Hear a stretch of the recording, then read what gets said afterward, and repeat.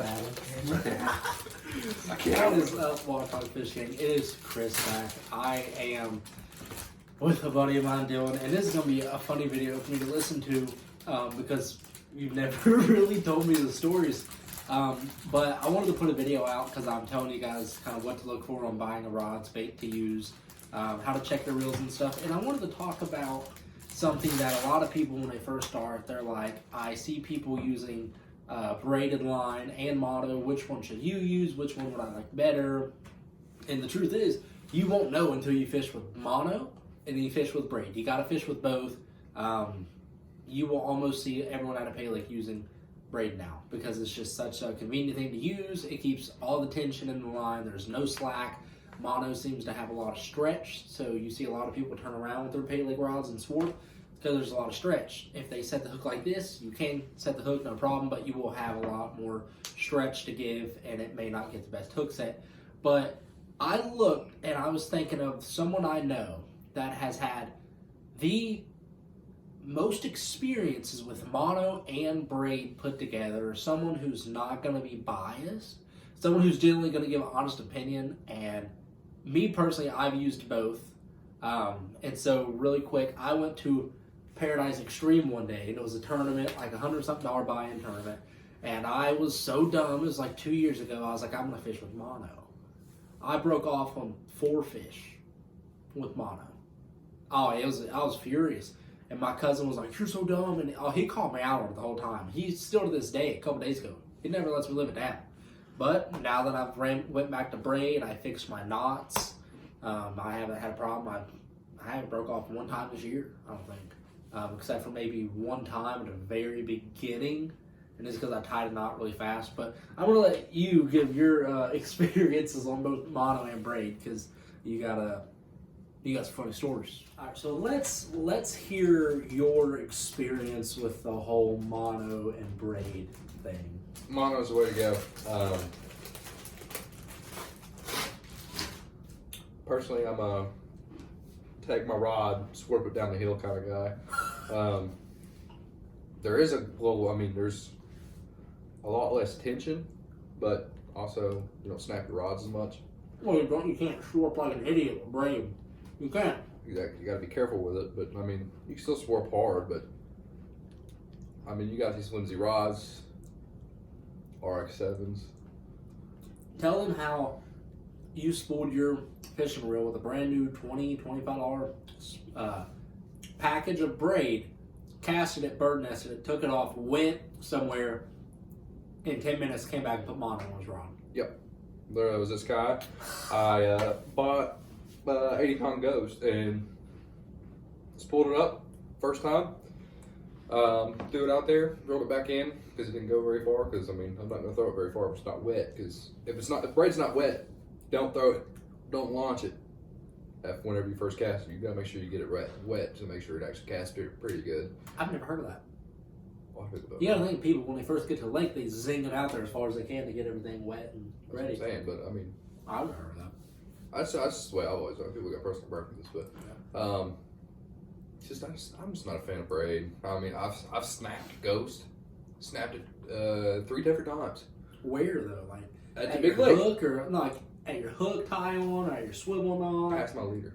Past your leader? Mm-hmm. There wasn't a leader on it. I was in there chasing my bobber down. That's crazy. I snapped it at Sky 2 times that I remember. Probably more. I've never.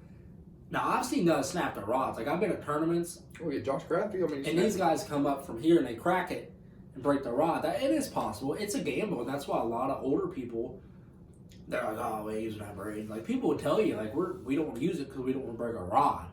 But once you use braid and you troll and you like the tension that you can automatically get, then you can feel, if you're trolling and you're sitting there on your rod, you can feel you can tell if it's a bite or not on a fish. You can tell. Yeah. I'm just saying, if you're using live bait, you can tell if it's a goldfish. You can tell it's a fish. At the beginning of the end of the year, that last tournament they had a Sky. I was using braid. I've noticed a really heck of a lot of difference of bites from mono to braid because I don't know, just more tension. You can feel the bites a lot harder, but it's just I cannot use braid. I backlash it. I snap it. I have never ever snapped a fish with mono. You never broke off with mono? Never one time. Well, I did one time. That's what I didn't know a lick of what I was doing fishing. For me, braid was never, I lose fish or I catch more fish, and same with mono. Mono and braid, those two kinds of lines are the only things that you're really going to see around a Paylake. And it was never like I missed one or too many fish, which is why I like it better. A lot of it has to do with braid is look at the weather conditions you're fishing in. If it's windy, you're going to bird nest braid a lot faster than you're going to bird nest mono. I don't know why, but it's just how it works. The braid is much denser, it's thicker, so the wind catches it a lot easier than what it does with mono. And another thing, if you're fishing with braid, your braid don't sink. No. If you fish with it for a year, at the end of the season, it may sink. But when you first start, you're gonna see a lot of people at the beginning of this season trying to get their braid to sink.